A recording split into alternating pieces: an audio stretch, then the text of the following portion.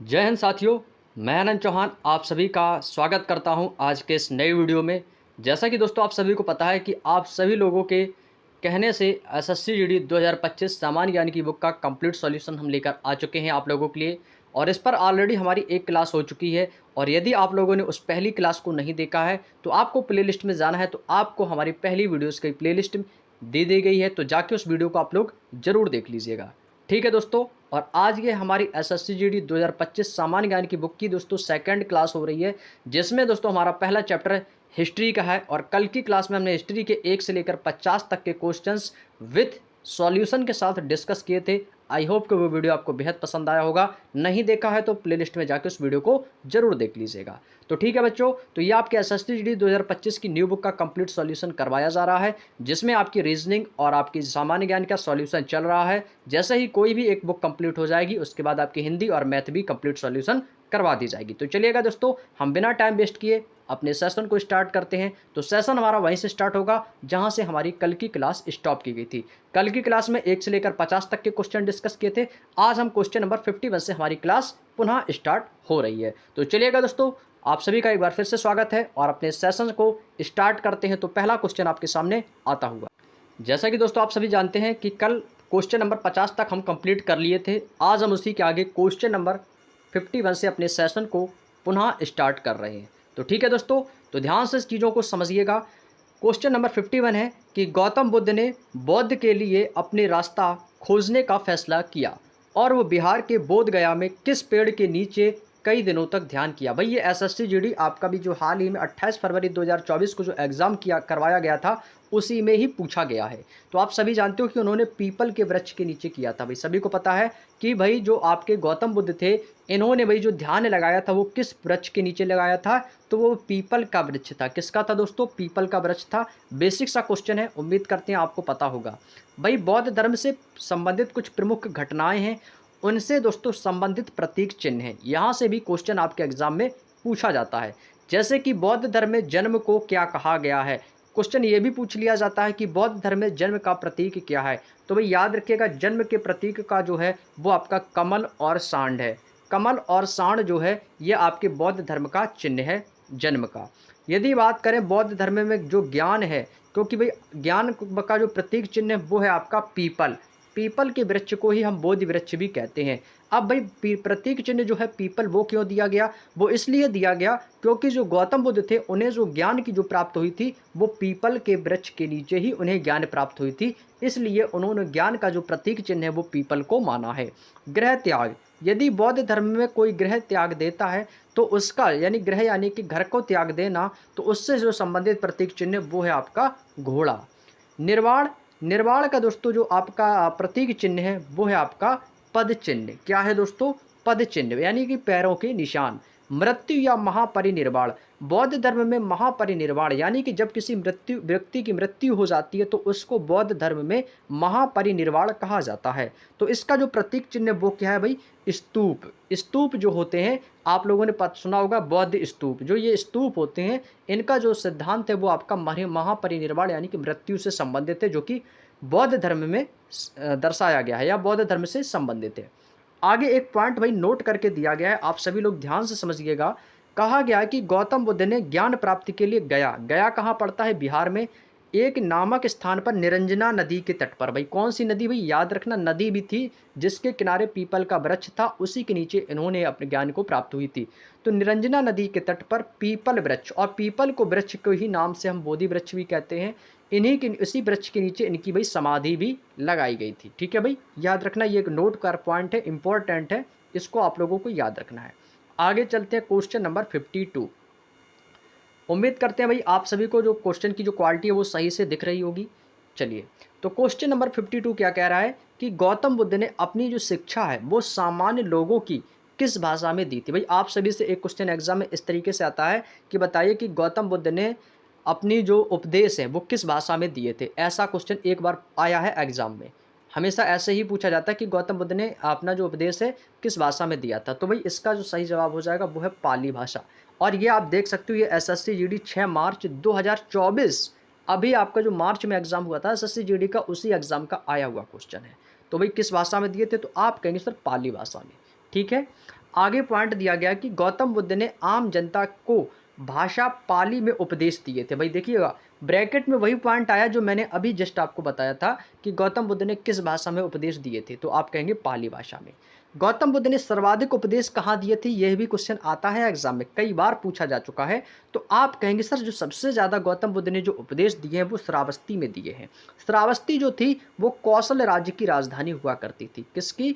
कौशल राज्य की राजधानी थी श्रावस्ती, वहाँ पर इन्होंने सर्वाधिक उपदेश दिए। उम्मीद करते हैं ये छोटे से बेसिक सा पॉइंट आप सभी को ऑलरेडी पता होगा, नहीं पता है तो याद रख लीजिएगा, ठीक है। चलिएगा अगला क्वेश्चन है क्वेश्चन नंबर 53। जैन धर्म के नियमों का पालन करना निम्नलिखित में से किसके लिए अधिक कठिन था? जो जैन धर्म के जो रूल्स एंड रेगुलेशंस थे उनका जो पालन करना था वो सबसे कठिन था। वो किसके लिए कठिन था? तो इसका सही जवाब है भाई किसानों के लिए। जो किसान हुआ करते थे उनके लिए सबसे अधिक कठिन था। ब्रैकेट में एक पॉइंट दिया गया है कि पंच महाव्रत अणुव्रत। भाई पंच महाव्रत हुआ करते थे कौन कौन से? पहला है अहिंसा, सत्य, अपरिग्रह, अस्तेय और ब्रह्मचर्य। और त्रिरत्न थे जैसे सम्यक ज्ञान, सम्यक दर्शन और सम्यक आचरण। ये भाई किससे संबंधित थे? तो ये जैन धर्म से संबंधित है। ये पॉइंट आपको याद रखना है। अब आप कहेंगे सर यहाँ से क्वेश्चन कैसे बनेगा एग्जाम में? तो क्वेश्चन बनेगा, बताइएगा कि त्रिरत्न किससे संबंधित है। ऐसा ही क्वेश्चन बनेगा कि त्रिरत्न किससे संबंधित है। तो आपको ऑप्शन में मिलेगा बौद्ध धर्म, जैन धर्म, ऐसे ऑप्शन मिलेंगे। तो आपको किससे है? आपको मैंने बताया ही है कि जैन धर्म से संबंधित है। तो बौद्ध धर्म में त्रिरत्न नहीं था। बौद्ध धर्म में क्या था? तो आपको सर बौद्ध धर्म में त्रिपिटक था। क्या था? भी त्रिपिटक एक ग्रंथ था जो वो बौद्ध धर्म का था। लेकिन त्रिरत्न जो है सम्यक ज्ञान, सम्यक दर्शन, सम्यक आचरण, ये जैन धर्म से संबंधित है। ठीक है भाई। अगला क्वेश्चन जो इंपॉर्टेंट है ये आपको सभी को याद रखना है। क्वेश्चन एग्जाम में सेकंड क्वेश्चन बन सकता है कि बताइए कि पंच महाव्रत किस धर्म से संबंधित है? तो आप कहेंगे सर ये जैन धर्म से संबंधित है। बात समझ में आ गई भाई? चलिएगा आगे पॉइंट दिया गया है जैन धर्म में 10 लक्षण, कितने भाई? 10 लक्षण और 7 शील व्रतों का उल्लेख किया गया है। क्वेश्चन सेकंड क्वेश्चन बनेगा कि बताइएगा कि जैन धर्म में कितने लक्षणों का उल्लेख किया गया है। ये नया क्वेश्चन हो सकता है आप लोगों के लिए, लेकिन ये क्वेश्चन बेसिक सा है, एग्जाम में बन सकता है। तो आप कहेंगे सर 10 लक्षण, कितने हैं भाई? 10 लक्षण और भाई 7 शील व्रतों का उल्लेख किया गया है जैन धर्म में। ठीक है भाई, याद रखेंगे। उम्मीद करते हैं आपको बातें हमारे द्वारा कही गई एक एक बात अच्छे से समझ में आ रही होगी। यदि बातें समझ में आ रही तो भाई वीडियो को अपने हर एक फ्रेंड, हर एक दोस्त के साथ में शेयर जरूर करना। जो भी आपका फ्रेंड, साथी जो भी हो, आप कॉम्पिटिटिव एग्जाम की तैयारी कर रहे हैं, जो भी एसएससी जीडी 2025 की तैयारी कर रहे हैं, उनके पास इस वीडियो को ज़्यादा से ज़्यादा शेयर जरूर करिएगा। और वीडियो पसंद आए तो भाई लाइक भी कर देना, ठीक है। चलिएगा अगला क्वेश्चन है कि बौद्ध शाकगढ़ नामक एक छोटे गढ़ से संबंधित थे। आप लोगों ने भाई ल्यूसेंट तो भाई बेसिक सी बुक हो गई है, सभी के पास होगी। जब आप ल्यूसेंट में पढ़े होंगे बौद्ध धर्म के बारे में तो उसमें लिखा था शाकगढ़ के मुखिया थे। इनके जो पिता थे वो क्या थे? शाकगढ़ के मुखिया यानी कि प्रधान थे। तो जो शाकगढ़ नाम था ये एक छोटे गढ़ से संबंधित थे। और जो होते थे ये लोग जो होते थे शाकगढ़ के, इन लोगों को भी क्षत्रिय कहा जाता था। क्या कहा जाता था? क्षत्रिय कहा जाता था। और जो बुद्ध थे ये शाकगढ़ से संबंधित और एक क्षत्रिय थे। और इनके पिता भाई वो गौतम बुद्ध के पिता का नाम क्या था? शुद्धोदन था। और ये कपिल वस्तु में जो राजा हुआ करते थे वहाँ की ये गढ़ राजा हुआ करते थे, इनके पिता शुद्धोदन। आगे पॉइंट दिया गया भगवान महावीर ने कितने वर्ष की आयु में घर छोड़ दिया था। ये क्वेश्चन भाई कई बार एग्जाम में पूछा है, इंपॉर्टेंट लगा लो, इंपॉर्टेंट लगा लो। काफ़ी लोग इसको जल्दबाजी में गलत कर देते हैं। कुछ लोग इसको 18 वर्ष बता देते हैं, कुछ 30 वर्ष, तो कुछ 35 वर्ष। तो इसको आज एग्जैक्ट आपको आयु बताएंगे। तो इनकी जो आयु थी वो थी दोस्तों 30 वर्ष। याद रखेंगे, इन्होंने 30 वर्ष की आयु में घर का त्याग कर दिया था और ये ज्ञान की तलाश में वो वन में चले गए थे। कौन? भगवान महावीर। तो कितने वर्ष की आयु में भाई? 30 वर्ष की आयु में इन्होंने घर को त्याग दिया था। आगे चले, अगला क्वेश्चन है, अगला पॉइंट है कि भगवान महावीर से संबंधित कुछ महत्वपूर्ण तथ्य हैं। और इन महत्वपूर्ण तथ्यों से समझ लीजिएगा आपका एक क्वेश्चन यहाँ से बनने वाला है। आप किसी भी गवर्नमेंट एग्जाम की तैयारी कर रहे हो, यहाँ से एक क्वेश्चन जरूर बनेगा। जब एक क्वेश्चन बनेगा तो आपका यहाँ से 1 नंबर पक्का होगा। क्वेश्चन सुनिएगा, पहला क्वेश्चन कैसे पूछा जाएगा। पहला क्वेश्चन आएगा भगवान महावीर का जन्म कहाँ पर हुआ था। तो आप कहेंगे सर कुंडग्राम, वैशाली, बिहार में हुआ था। बात समझ में आई? दूसरा क्वेश्चन भगवान महावीर के पिता का नाम क्या था। तो आप कहेंगे सर सिद्धार्थ। तीसरा क्वेश्चन, भगवान महावीर की माता का नाम क्या था? तो आप बताएंगे त्रिशला। क्या बताएंगे? त्रिशला। आ चुके हैं ये क्वेश्चन, जरूर है नहीं कि पूछे जाएंगे, ये आ चुके हैं, एग्जाम में पूछे जाते हैं। अगला क्वेश्चन है, भगवान महावीर की पत्नी का नाम क्या था? तो आप बताएंगे यशोदा। भगवान महावीर की पुत्री का नाम, भाई इनकी पुत्री का नाम था प्रियदर्शना। क्या नाम था बच्चों? प्रियदर्शना। भगवान महावीर के दामाद का नाम, यानी कि भाई इनकी जो पुत्री थी प्रियदर्शना की पति का नाम था जामली। क्या नाम था? जमाली नामक था जो इनका दामाद हुआ करता था। भगवान महावीर की मृत्यु कई बार एग्जाम में पूछी गई है, तो इनकी मृत्यु हुई थी पावापुरी। पावापुरी कहाँ पड़ता है? तो आप बताएंगे सर ये बिहार में पड़ता है। बात समझ में आई तो थम्स अप कर देना। तो याद रखिएगा, भगवान महावीर की जो मृत्यु हुई थी दोस्तों, ये आपकी पावापुरी में हुई थी। आगे चले, आगे चलते हैं। अगला पॉइंट हमारे सामने आता हुआ गृह त्याग। अभी जो कि क्वेश्चन में पूछा था कि भगवान महावीर ने जो गृह त्याग किया था वो कितने वर्ष की आयु में किया था? तो भाई वो कितना था मैंने आपको बताया है जस्ट अभी, 30 वर्ष की आयु में। और इनके जो बड़े भाई थे उनका नाम था नंदीवर्धन, उनसे आज्ञा ली थी 30 वर्ष की आयु में और गृह का त्याग कर दिया। और इन्हें ज्ञान प्राप्त कैवल्य, इन्हें भाई कौन सा ज्ञान प्राप्त हुआ था? तो क्वेश्चन में पूछ लिया जाता है, इन्हें कैवल्य ज्ञान प्राप्त हुआ था। भगवान महावीर को कौन सा ज्ञान प्राप्त हुआ? तो आप बताएंगे सर इन्हें केवल ज्ञान प्राप्त हुआ था, वो भी कितने वर्ष की अवस्था में? 30 वर्ष की अवस्था में। बात समझ में आ गई? थम्स अप कर दीजिएगा। आगे चलते हैं अपने नेक्स्ट पॉइंट की ओर। अगला क्वेश्चन बच्चों आपके सामने आता हुआ क्वेश्चन नंबर है, अगला पॉइंट है कि गृह त्याग के बाद इन्होंने दोस्तों कितने वर्ष तक? 12 वर्षों तक कठोर तपस्या की। उसके बाद इन्हें 42 वर्ष की अवस्था में ऋजुपालिका नदी के तट पर कौन से वृक्ष के नीचे? साल वृक्ष के नीचे जंभिक ग्राम में इन्हें ज्ञान प्राप्त हुआ। अब आपके मन में एक डाउट आया होगा कि सर एक क्वेश्चन अभी आप बता रहे थे तो वो था आपका पीपल के वृक्ष के नीचे निरंजना नदी के तट पर। काफी लोग करते क्या है, निरंजना को ऋजुपालिका समझ के टिक लगा देते हैं आपको, जबकि ऑप्शन में दोनों मिलते हैं। तो जो ऋजुपालिका नदी और ये साल वृक्ष है, ये किससे संबंधित है? तो ये अपने दिमाग और दिलों में बसा लो। तो ये आप बताएंगे ये महावीर स्वामी से संबंधित है, वो गौतम बुद्ध से संबंधित था। गौतम बुद्ध को जो ज्ञान प्राप्त हुआ था वो हुआ था निरंजना नदी के तट पर पीपल के वृक्ष के नीचे, लेकिन महावीर स्वामी को जो प्राप्त हुआ था ये ऋजुपालिका नदी और साल वृक्ष के नीचे जृंभिक ग्राम में। बात समझ में आ गई भाई? कोई डाउट तो नहीं होगा आप लोगों को? उम्मीद करते हैं कोई भी डाउट नहीं होगा। आगे चलते हैं क्वेश्चन नंबर 56। बोध गया एक महत्वपूर्ण बौद्ध तीर्थ स्थल क्यों है? क्योंकि भी बोध गया बिहार में पड़ता है। ये तीर्थ स्थल क्यों है? क्योंकि यहाँ गौतम बुद्ध का जन्म हुआ था, यहाँ गौतम बुद्ध को ज्ञान प्राप्त हुआ था। भाई बोध गया बिहार, आपसे क्वेश्चन पूछा जाता है ना कि गौतम बुद्ध को ज्ञान कहाँ प्राप्त हुआ था, तो आप कहेंगे सर बिहार में बोध गया में प्राप्त हुआ था। तो ये क्यों प्रसिद्ध है? तो आप कहेंगे सर यहाँ पर गौतम बुद्ध को ज्ञान प्राप्त हुआ था। क्या प्राप्त हुआ था? ज्ञान। कह रहा है कि गौतम बुद्ध ने ज्ञान प्राप्त के बाद यहाँ अपना प्रथम उपदेश दिया था। जी नहीं। गौतम बुद्ध को महापरिनिर्वाण प्राप्त हुआ था? नहीं। भाई क्या प्राप्त हुआ था? ज्ञान प्राप्त हुआ था। तो ज्ञान कहाँ हुआ? बोध गया बिहार में। बोध गया में गौतम बुद्ध को ज्ञान की प्राप्ति हुई और इनका जन्म की भाई आयु डेट याद रख लो, 563 ईसा पूर्व। इक्ष्वाकु वंश के क्षत्रिय, अभी आपको बताया था शाक्यगढ़ के मुखिया शाक्य के कुल में राजा शुद्धोधन के घर पर हुआ था और इनकी माया का नाम था महामाया। महावीर स्वामी की माता का नाम पूछा जाए तो त्रिशला बताना है। गौतम बुद्ध की माता का नाम पूछा जाए तो महामाया बताना है। और इनका जब निधन हुआ था, इनके जन्म के ठीक 7वें दिन इनकी माता का देहांत हो गया था। और इनका जो पालन पोषण है वो मैंने कल की क्लास में आपको बताया था। इनकी जो मौसी थी जिनका नाम था महाप्रजापति गौतमी, उन्होंने इनका लालन पालन पोषण किया था। यह हमने कल की क्लास में भी आपको बताया था और आज भी आपको बता रहे हैं। जिस भी हमारे फ्रेंड्स ने कल की क्लास को नहीं देखा है तो प्लेलिस्ट में जाकर उस वीडियो को आप लोग जरूर देखिएगा।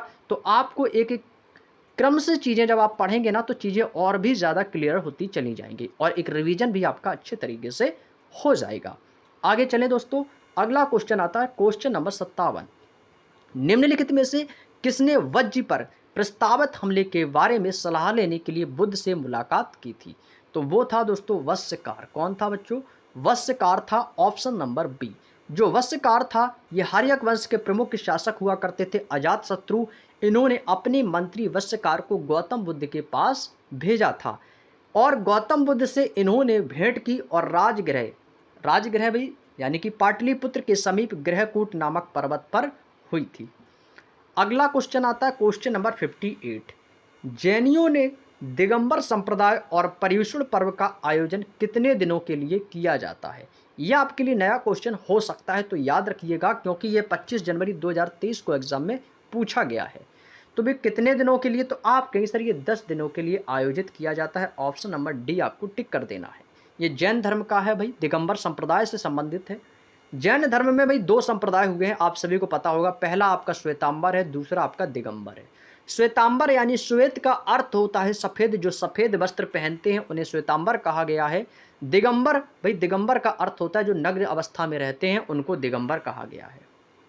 बात समझ में आ गई? श्वेत मतलब सफेद वस्त्र धारण करने वाले श्वेतांबर कहे गए, और नग्न अवस्था में रहने वाले को दिगंबर कहा गया है।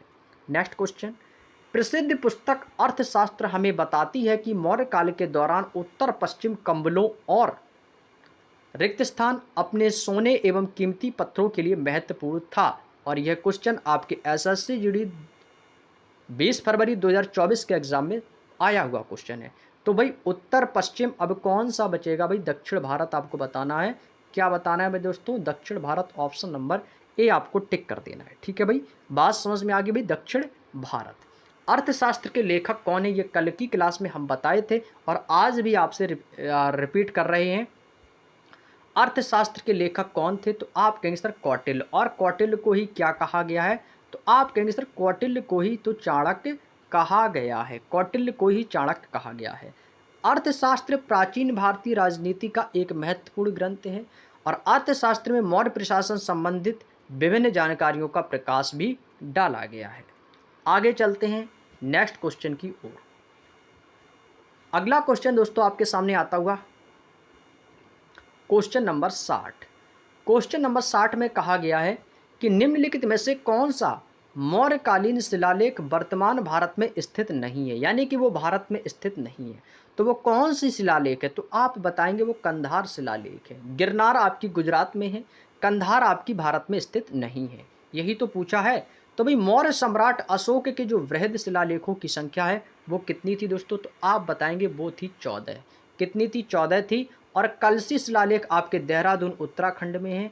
गिरनार शिलालेख जूनागढ़ गुजरात में है, अभी आपको बताया था। मस्की शिलालेख आपके रायचूर कर्नाटक में प्राप्त हुआ है। लेकिन जो कंधार है ये अपने भारत में नहीं है। अगला क्वेश्चन है, ये आपका इजी क्वेश्चन होगा और ये आपके अभी हाल ही में जो प्रीवियस आपका 2024 में फरवरी में एग्जाम हुआ था एसएससी जीडी का, उसमें आया हुआ क्वेश्चन है। मौर्य साम्राज्य की राजधानी क्या थी? तो आपको सर इतना इजी क्वेश्चन आया था तो भाई आपको पाटलिपुत्र बता देना है। पाटलिपुत्र थी। ठीक है दोस्तों, मौर्य साम्राज्य का संस्थापक तो भाई सभी जानते हैं, बच्चा बच्चा बता देगा कि भाई चंद्रगुप्त मौर्य थे। मौर्य साम्राज्य की राजधानी भी पता होगी भाई, पाटलिपुत्र थी। सभी को पता है भाई कौन थे? चंद्रगुप्त संस्थापक थे। और राजधानी जो थी इसकी वो क्या थी दोस्तों? आप कहेंगे सर पाटलिपुत्र थी। नेक्स्ट, मौर्य साम्राज्य की जो शासन काल की जो अवधि है वो कितनी रही? तो आप बताएंगे 322 से 185 ईसा पूर्व। याद रखिएगा, ये समय अवधि भी आपसे पूछी जा सकती है। तो 322 से 185 ईसा पूर्व आपको बताना है। नेक्स्ट, अगला क्वेश्चन ये भी आपका अभी पूछा गया था 2024 की परीक्षा में कि मौर्य साम्राज्य का जो अंतिम शासक था वो कौन था? भाई अंतिम शासक कौन था? तो बृहद्रथ बताना है। संस्थापक कौन था? तो चंद्रगुप्त मौर्य। तो संस्थापक भी पूछ लिया गया और अंतिम शासक भी आपसे पूछा गया है, तो भाई याद रखना। नेक्स्ट, वर्ष 185 ईस्वी में अंतिम मौर्य शासक जो बृहद्रथ था, इसकी हत्या उसके सेनापति पुष्यमित्र शुंग ने की और इसी के बाद शुंग वंश की स्थापना की गई।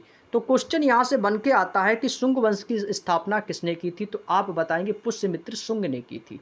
क्यों की थी? क्योंकि इसके जो पहले था वो आपका था मौर्य वंश। मौर्य वंश का जो प्रथम जो स्थापना की थी वो चंद्रगुप्त मौर्य ने की थी।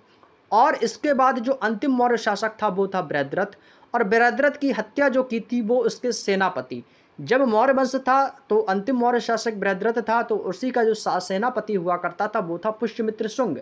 तो इसने उसकी हत्या कर दी और इसने नए अपने शुंग वंश की स्थापना की। नेक्स्ट क्वेश्चन, निम्नलिखित में से कौन मौर्य साम्राज्य का दूसरा शासक था? तो भाई दूसरा शासक जो था वो था आपका बिंदुसार। क्या नाम था भाई? बिंदुसार था। ये भी इंपॉर्टेंट क्वेश्चन है, आपके अभी 2024 में हाल ही में परीक्षाओं में पूछे गए प्रश्नों का डिस्कशन चल रहा है। तो आप देख सकते हो कि ये कितनी इंपॉर्टेंट बुक है। और इस इम्पोर्टेंट बुक में सबसे खास बात यह है कि ये आपको पिछले 4 से 5 सालों में एसएससी ने जो भी जीडी ने अपने क्वेश्चन एग्जाम में पूछे हैं उन सारे क्वेश्चनों का समावेश इस बुक में किया गया है। तो आप लोग इस बुक को कंप्लीट सॉल्यूशन जरूर करके जाइएगा। और ये 100% श्योरिटी के साथ मैं कह रहा हूँ कि इस बार तो भाई कट ऑफ तो ज़्यादा गई ही थी एसएससी जीडी की, लेकिन इस बार यदि आप अपनी तैयारी को कंप्लीट कर लेते हो तो आप कट ऑफ भूल जाओगे और सिलेक्शन सीधा फाइनल होगा आपका। ये बिल्कुल श्योरिटी है, क्योंकि जब आप पिछले 4 से 5 साल प्रश्नों को अच्छे तरीके से पढ़ लोगे उसके बाद जब आप जाओगे तो भाई सीधी सी बात है एग्ज़ाम में क्वेश्चन आएगा कहाँ से, जब आप पहले से ही अपनी तैयारी को बेहतर कर लोगे। तो इसलिए अभी समय है तो अपनी तैयारी को जितना ज़्यादा मजबूत कर सको उतना ज़्यादा कर लो। पॉइंट दिया गया है कि मौर्य साम्राज्य के शासनकाल की अवधि कितनी थी, तो 322 से 185 अभी आपको बताया था। चंद्रगुप्त मौर्य के शासनकाल की अवधि कितनी थी, यानी कि चंद्रगुप्त जो मौर्य था उसने कितने वर्षों तक शासन किया, तो 322 से 298 ईसा पूर्व रहा। जब चंद्रगुप्त मौर्य के बाद जब दूसरा शासक आया था वो था बिंदुसार, इसके शासनकाल की अवधि 298 से 273 ईसा पूर्व रही। और अशोक के शासनकाल की अवधि पूछी जाए तो 273 से 232 रही है। अशोक का जो वास्तविक राज्याभिषेक था वो 269 ईसा पूर्व में हुआ था। ठीक है भाई, ये भी आपको याद रखना है। आगे चलते हैं, अगला क्वेश्चन है क्वेश्चन नंबर 64। क्वेश्चन नंबर 64 क्या कह रहा है, ध्यान से समझिएगा। अशोक ने धम्म में भगवान की पूजा या बलिदान का प्रदर्शन शामिल नहीं था, ये 2024 में आया है, मुख्य रूप से शामिल है। दो ऑप्शन आपके और दिए गए हैं, जैसे एक निश्चित रूप का समर्थन किया जाता है या के एक भाग के रूप में शामिल है। तो भाई इसका जो आंसर होगा वो है आपका ऑप्शन नंबर ए, शामिल नहीं था। मौर्य सम्राट अशोक ने अपनी प्रजा के नैतिक उत्थान हेतु जिन नियमों की संहिता प्रस्तुत की उसको अशोक के अभिलेखों में धम्म कहा गया है। क्या कहा गया है, धम्म कहा गया है। और इसी धम्म को अशोक ने एक नीति अपनाई थी जिसको कहा गया था धम्म नीति। तो धम्म नीति किसके द्वारा अपनाई गई थी, ये क्वेश्चन बनेगा। तो आप कहेंगे सर अशोक ने अपनाई थी। और इसका जो मूल सिद्धांत था वो था स्वयं नियंत्रण। स्वयं नियंत्रण का मतलब स्वयं को नियंत्रण। ठीक है भाई, यहाँ तक बात समझ में आई। तो अगला क्वेश्चन आता है 65। निम्नलिखित में से कौन सा मौर्य शासक चंद्रगुप्त मौर्य का पोता था। चंद्रगुप्त मौर्य का पोता था। तो आप देखो यहाँ से कितना अच्छा एक लेवल का क्वेश्चन पूछा है इस बार 1 मार्च 2024 को एसएससी जीडी ने। तो वो कौन था भाई दोस्तों, वो थे अशोक। अशोक जो था वो किसका पोता था, तो वो चंद्रगुप्त मौर्य का पोता था। अशोक बिंदुसार का पुत्र था और चंद्रगुप्त मौर्य का पोता था। और अशोक की माता का नाम शुभद्रांगी था। इनकी माता का नाम भी पूछा जाता है, इंपॉर्टेंट पॉइंट बना के नोट करके जरूर अपने कॉपी में लिख लेना दोस्तों। ठीक है भाई, अशोक की माता का नाम क्या था, शुभद्रांगी था। नेक्स्ट क्वेश्चन अगला आता है कि रिक्त स्थान साम्राज्य की स्थापना 322 से 321 ईसा पूर्व में महान सम्राट चंद्रगुप्त द्वारा की गई थी। किस वंश की स्थापना, तो भाई आप सभी को पता है कि मौर्य वंश की स्थापना तो चंद्रगुप्त मौर्य ने की थी। तो इसका मतलब यहाँ पर क्या आएगा भाई, मौर्य आ जाएगा, यानी कि मौर्य साम्राज्य। तो देखिएगा इतना इजी क्वेश्चन 2024 में एग्जाम में बना था। यहाँ पे कुछ पॉइंट दिए गए हैं, प्रमुख वंश और उनके संस्थापक। और ये तीनों पॉइंट आपको याद रखने हैं क्योंकि ये तीनों पॉइंट अपने आप में बेहतरीन और सबसे इम्पोर्टेंट हैं दोस्तों। ये तीनों पॉइंट आपको याद रखने हैं, ये तीनों बहुत ही इम्पोर्टेंट हैं। नंद वंश का संस्थापक महापद्मानंद, पाल वंश का तो सभी को पता होगा गोपाल, और मुगल वंश का संस्थापक बाबर। तीनों इम्पोर्टेंट हैं, तीनों पॉइंटों को याद कर लो, अपने माइंड में सेट कर लो। नेक्स्ट क्वेश्चन अशोक के अधिकांश शिलालेख किस भाषा में लिखे थे और किस लिपि में लिखे गए हैं। यदि बात करें तो अशोक के अधिकांश शिलालेखों के बारे में, तो यह क्वेश्चन 5 मार्च 2024 को एग्जाम में बना था आपके। तो आपको बताना है कि अशोक के जो अधिकांश शिलालेख हैं वो आपके प्राकृत भाषा में लिखे गए हैं और ब्राह्मणी लिपि में लिखे गए हैं। ऑप्शन नंबर बी आपको टिक कर देना है। यहाँ तक की बात समझ में आई भाई। अशोक के शिलालेख किस भाषा में लिखे गए थे, तो आप कहेंगे सर प्राकृत भाषा में लिखे गए थे। लिपि पूछेगा तो आपको बताना है ब्राह्मणी लिपि।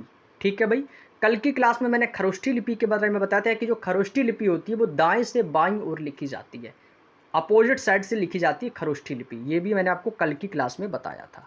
नेक्स्ट अशोक ने भारत में सर्वप्रथम किसका प्रचलन किया था, तो आप कहेंगे सर शिलालेखों का प्रचलन किसने किया था, अशोक ने किया था। ये बेसिक सा क्वेश्चन पूछा जाता है एग्जाम में कि बताइए कि सर्वप्रथम शिलालेखों का जो प्रचलन है वो किसके शासनकाल में हुआ, तो आप अशोक का नाम बताएंगे।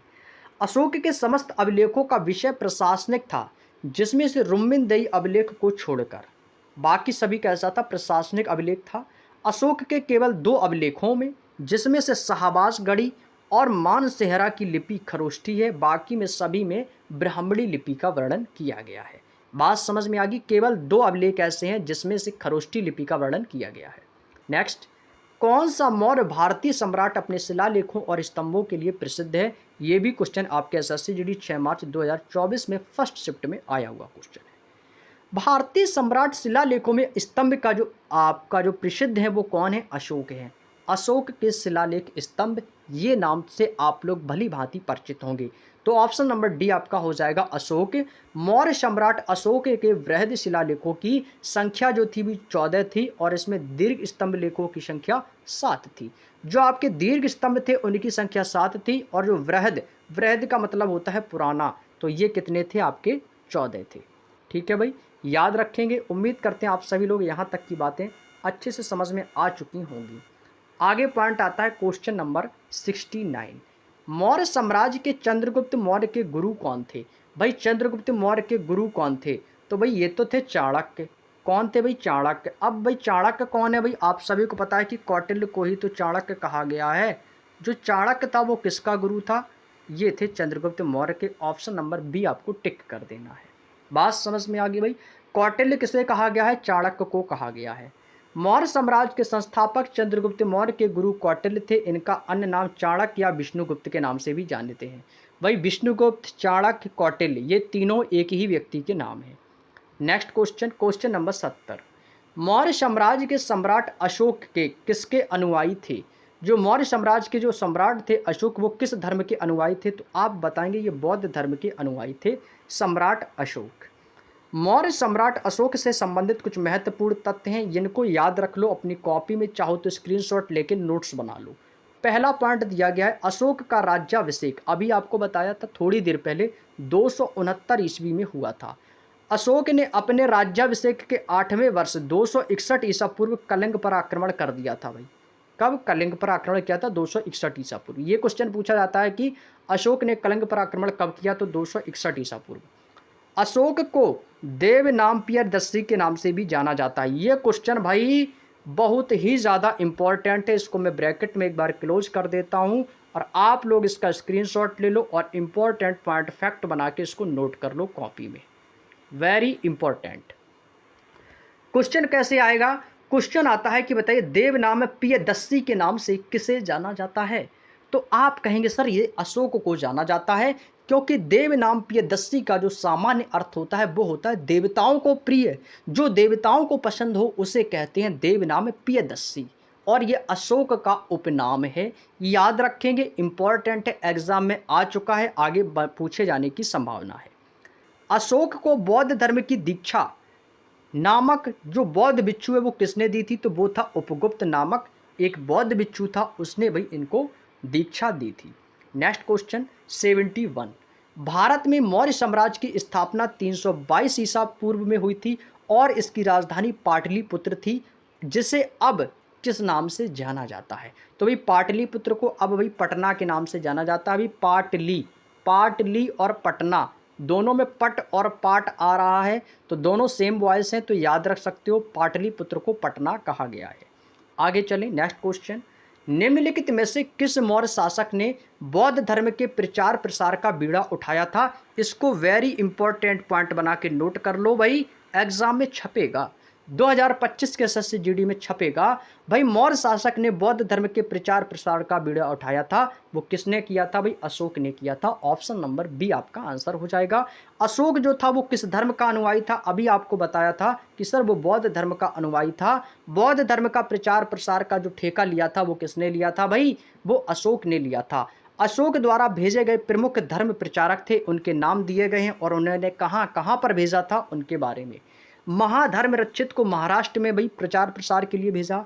महेंद्र और संघमित्रा, ये इंपॉर्टेंट है, ये पूछा जाता है। संघमित्रा को श्रीलंका भेजा था। महारक्षित को यवन देश में भेजा। सोना और उत्तरा को स्वर्ण भूमि में, और मध्यम को भाई हिमालयवर्ती देशों में। इनमें से जो सबसे इंपॉर्टेंट है वो श्रीलंका, महेंद्र और संघमित्रा। इसको याद रख लो, एग्जाम में जरूर बनेगा कि भाई संघमित्रा को कहाँ भेजा था, तो श्रीलंका भेजा था। किसने भेजा था, तो आप बताएंगे सर अशोक ने भेजा था। नेक्स्ट क्वेश्चन, अशोक ने अपने शिलालेखों में उल्लेख किया है कि उसने राजा बनने के रिक्त स्थान बाद फिर क्या कहा गया है, कहा गया है कि कलिंग पर विजय प्राप्त की थी। तो कितने वर्ष के बाद, बतला यही क्वेश्चन अभी हमने आपको थोड़ी देर पहले बताया था कि जब अशोक राजगद्दी पर बैठा था तो उसके कितने वर्ष बाद उसने कलिंग पर विजय प्राप्त की थी। तो मैंने आपको बताया था 8 वर्ष, ठीक 8 साल बाद उसने कलिंग पर विजय प्राप्त कर ली थी। जब वह उसका राज्याभिषेक किया गया था अशोक का, जब उसका राज्याभिषेक हुआ उसके ठीक 8 साल बाद उसने कलिंग पर विजय प्राप्त की थी। यही क्वेश्चन अभी हमने आपको थ्योरी में बताया था ब्रैकेट वाले में, और यही देखिएगा क्वेश्चन भी आपसे एग्जाम में पूछ लिया गया है। अगला पॉइंट आता है भाई, आप ये मत समझना कि ये जो ब्रैकेट में जो पॉइंट मैं बता रहा हूँ यही तो आपके एग्जाम में यहीं से तो क्वेश्चन बनने की संभावना है भाई, यहीं से तो क्वेश्चन बनेगा एग्जाम में। अशोक के 13वें शिलालेख में कलिंग युद्ध के बारे में विस्तृत जानकारी प्राप्त होती है। अब देखिएगा क्वेश्चन यहाँ से, आपने यहाँ से लेकर यहाँ तक पढ़ा, अब यहाँ से देखो क्वेश्चन कैसे बनेगा। क्वेश्चन आप लोग बनाना सीख जाओ तो भाई आपके एग्जाम में क्वेश्चन बच के नहीं जाएगा। अशोक के 13वें शिलालेख में कलिंग युद्ध का वर्णन के बारे में जानकारी मिली। अब देखिए एग्जामिनर क्वेश्चन क्या करेगा, एग्जामिनर क्वेश्चन करेगा कि कलिंग युद्ध में किसके शिलालेख, कलिंग युद्ध में अशोक के कौन से शिलालेख की जानकारी प्राप्त होती है, तो आपको याद रखना है 13वां शिलालेख। ठीक है भाई। अब क्वेश्चन ये भी पूछा जाएगा कि बताइएगा कि अशोक के किस शिलालेख में कलिंग युद्ध की जानकारी मिलती है, तो 13वां शिलालेख बता देना है। क्वेश्चन दूसरा बनेगा कि कलिंग युद्ध का जो जानकारी प्राप्त होती है वो किस शिलालेख में प्राप्त होती है, तो 13वें शिलालेख में। अशोक ने अपना राज्याभिषेक के ठीक 8वें वर्ष लगभग 261 ईसा पूर्व में कलिंग पर आक्रमण करके इसने विजय प्राप्त कर ली थी। ये याद रखना है कि ठीक राज्याभिषेक के 8 साल बाद इन्होंने कलिंग पर विजय प्राप्त कर ली थी। ये क्वेश्चन बनेगा एग्जाम में जरूर। निम्नलिखित मौर्य सम्राटों में से किसे प्रियदर्शी के नाम से जाना जाता है। देखिएगा अभी मैंने आपको बताया था प्रिय नाम देवनाम प्रियदर्शी, देवनाम प्रियदर्शी अर्थ भी बताया था देवताओं को प्रिय, अभी जस्ट बताया था 2 से 3 सेकंड हुए होंगे दोस्तों। तो प्रियदर्शी किसका नाम था, अशोक का नाम था। तभी देखो अशोक कहाँ पर है, ऑप्शन नंबर डी आपको टिक कर देना है। जो देवताओं को प्रिय है उसे देवनाम प्रियदर्शी कहा गया है, और देवनाम प्रियदर्शी जो उपनाम है ये अशोक का उपनाम है। फिर से वही पॉइंट दिया है कि अशोक को सामान्यतः अभिलेखों में देवनाम प्रियदर्शी के नाम से जाना जाता है। नेक्स्ट क्वेश्चन, क्वेश्चन नंबर 75, निम्नलिखित में से किस राजा के शासनकाल में सांची का महान स्तूप बनाया गया था। भाई सांची का बौद्ध स्तूप सभी को पता है कि ये अशोक के शासनकाल में बनाया गया था। और ये जो सांची का महान स्तूप है ये पूछा जाए कहाँ पर है, तो आप बताएंगे सर ये मध्य प्रदेश में स्थित है, एमपी मध्य प्रदेश में स्थित है। ये भी आपको याद रखना है, सांची का बौद्ध स्तूप। अब भाई सांची का बौद्ध स्तूप भी कहते हैं इसको, सांची का महान स्तूप भी कहते हैं। बौद्ध स्तूप इसलिए कहते हैं क्योंकि अशोक किसका अनुयायी था, बौद्ध धर्म का था, ये आप सभी जानते हैं। सांची का जो स्तूप है वो रायसेन मध्य प्रदेश में स्थित है। रायसेन एक स्थान है मध्य प्रदेश में, रायसेन वहाँ पर स्थित है। वर्ष 1989 में सांची के स्तूप को यूनेस्को द्वारा विश्व धरोहर स्थल में शामिल भी कर लिया गया है।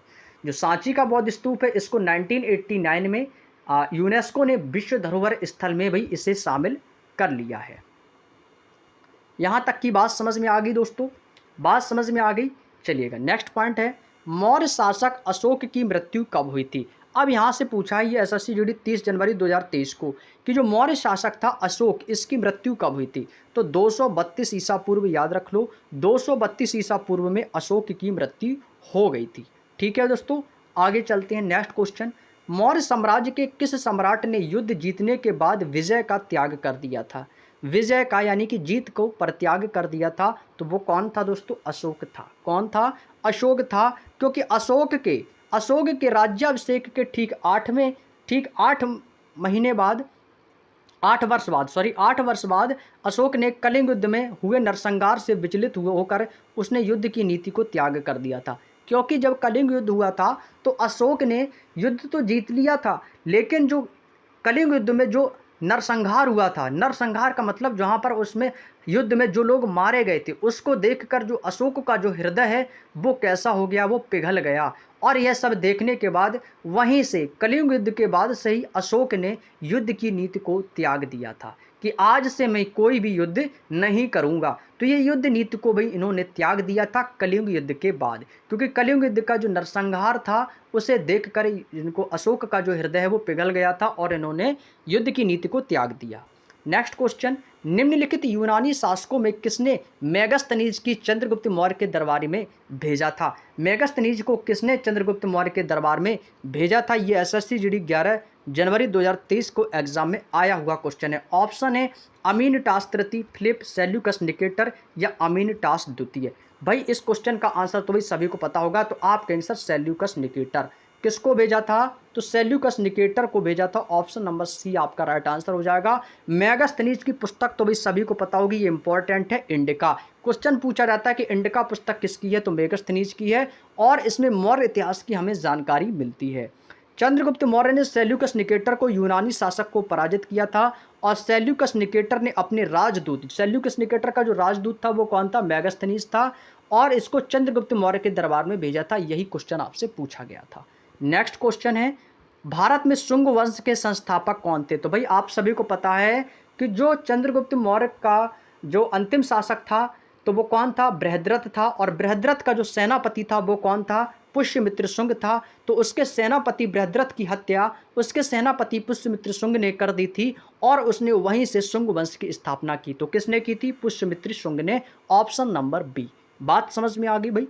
इसमें पॉइंट दिया गया है कि शुंग वंश से संबंधित कुछ महत्वपूर्ण तथ्य हैं जो कि सबसे इंपॉर्टेंट है। एक एक पॉइंट अपने माइंड में सेट कर लो।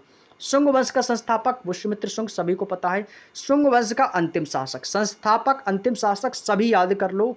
शुंग वंश के इन्हीं भी जितने भी वंश हैं सभी के संस्थापक अंतिम शासक याद कर लो। तो अंतिम शासक देवभूति था। क्वेश्चन बनेगा कि बताइए शुंग वंश का अंतिम शासक कौन था? तो आप देवभूति बताएंगे। शुंग वंश का शासनकाल कब से कब तक चला? तो 185 से 75 ईसा पूर्व तक इनका शासनकाल चला। आज का हमारा लास्ट क्वेश्चन है, भारत में सातवाहन वंश का संस्थापक कौन था? जो भारत में हमारा जो सातवाहन वंश था इसका संस्थापक कौन था? ये 7 मार्च 2024 को एग्जाम में पूछा है। तो सभी को पता है कि सातवाहन वंश का जो संस्थापक था वो कौन था? शिमुक था दोस्तों। कौन था दोस्तों? शिमुक था। ऑप्शन नंबर बी आपको टिक कर देना है, क्योंकि जो शिमुक था वो सातवाहन वंश का संस्थापक था। सातवाहन वंश का संस्थापक कौन था दोस्तों? शिमुक था। और सातवाहन वंश की जो राजधानी थी वो थी पैठान, यानी कि प्रतिष्ठान भी कहा जाता है। सातवाहन वंश की राजकीय भाषा कैसी थी? प्राकृत थी। ये इनसे जुड़े तीनों पॉइंट आपको इंपॉर्टेंट हैं, नोट कर लो कॉपी में, चाहो तो स्क्रीनशॉट ले लो, चाहो तो याद रख लो। ठीक है दोस्तों, सातवाहन वंश का संस्थापक कौन था? शिमुक था। सातवाहन वंश की राजधानी प्रतिष्ठान थी। सातवाहन वंश की राजकीय भाषा कैसी थी? प्राकृत थी। उम्मीद करते हैं आप लोगों के आज जो हमने क्वेश्चन नंबर 51 से लेकर क्वेश्चन नंबर 80, 51 से लेकर क्वेश्चन नंबर 80 तक के क्वेश्चन को आज के इस वीडियो में हमने डिस्कस किया। उम्मीद करते हैं आप लोगों को यहाँ की आज की जो थ्योरी क्लासेस है अच्छे तरीके से समझ में आ गई होगी। यदि वीडियो पसंद आया हो, अच्छा लगा हो, तो वीडियो को लाइक कर दीजिएगा और वीडियो के लास्ट में जाके एक प्यारा सा कमेंट भी कर देना। और आप लोग क्या और चाहते हो हमसे कि और बेहतर मैं कर सकूं आप लोगों के लिए, क्या सजेशन है आप लोगों के लिए, हमारे लिए, तो कमेंट करके हमें ज़रूर बताएं। और आज हमारे कितने क्वेश्चन हो गए कंप्लीट? 80 क्वेश्चन हमारे कंप्लीट हो चुके हैं टोटल। फर्स्ट क्लास में 1 से लेकर 50 तक के क्वेश्चन कंप्लीट किए हैं। यदि आपने वो वीडियो नहीं देखी तो प्लेलिस्ट में जाइए, उस वीडियो को देख लीजिएगा। और आज हमने 51 नंबर क्वेश्चन से लेकर 80 तक के क्वेश्चन डिस्कस कर लिए और कल हमारा क्वेश्चन नंबर 81 से लेकर बाकी के क्वेश्चंस को हम कल की क्लास में डिस्कस कर रहे होंगे।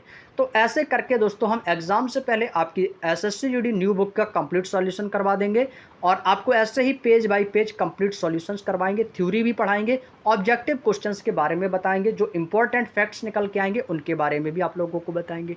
तो चलिएगा दोस्तों, आज की वीडियो में इतना ही रखते हैं और कल फिर मिलेंगे रात को 8 बजे। समय याद रख लो भाई, हमारी क्लास का समय रहता है रात को 8 बजे। तो आप सभी लोग रात को 8 बजे जुड़ना बिल्कुल भी ना भूलें। और हाँ, प्लेलिस्ट को जरूर आप लोग चेक कर लीजिएगा। आप जिस भी टॉपिक की वीडियो चाहते हो आपको प्लेलिस्ट में मिल जाएगी। जिस भी बुक का सॉल्यूशन चाहते हो वो भी आपको मिल जाएगी। येलो बुक का सॉल्यूशन करवा चुके हैं, static GK, UP police constable सामान्य ज्ञान, आरपीएफ कांस्टेबल के लिए करवा चुके हैं, एसआई के लिए भी सॉल्यूशन करवा चुके हैं बुक का, जीएस निधि की भी क्लासेस पड़ी हुई हैं, ऑब्जेक्टिव जीके की भी क्लासेस पड़ी हुई हैं। बहुत सारा स्टडी मटेरियल आपको हमारे यूट्यूब चैनल पर मिल जाएगा। तो यदि आप चैनल पर नए हो तो चैनल को सब्सक्राइब कर लेना, क्योंकि इस चैनल पर आपको फ्री पीडीएफ के साथ साथ सभी पब्लिकेशंस की आपको कंप्लीट बुक का सॉल्यूशन करवाया जाता है। तो आप लोग चैनल से जुड़े रहेंगे, अपने हर एक फ्रेंड के साथ में वीडियो को शेयर करिएगा। वीडियो अच्छा लगा हो तो लाइक करिएगा, शेयर करिएगा और कमेंट करके ज़रूर बताइएगा कि आप लोगों को आज की जो क्लास है कैसी लगी। तो चलिएगा दोस्तों, आप सभी दोस्तों का एक बार फिर से सभी दोस्तों का बहुत बहुत धन्यवाद क्लास से जुड़ने के लिए। तब तक के लिए जय हिंद, जय भारत।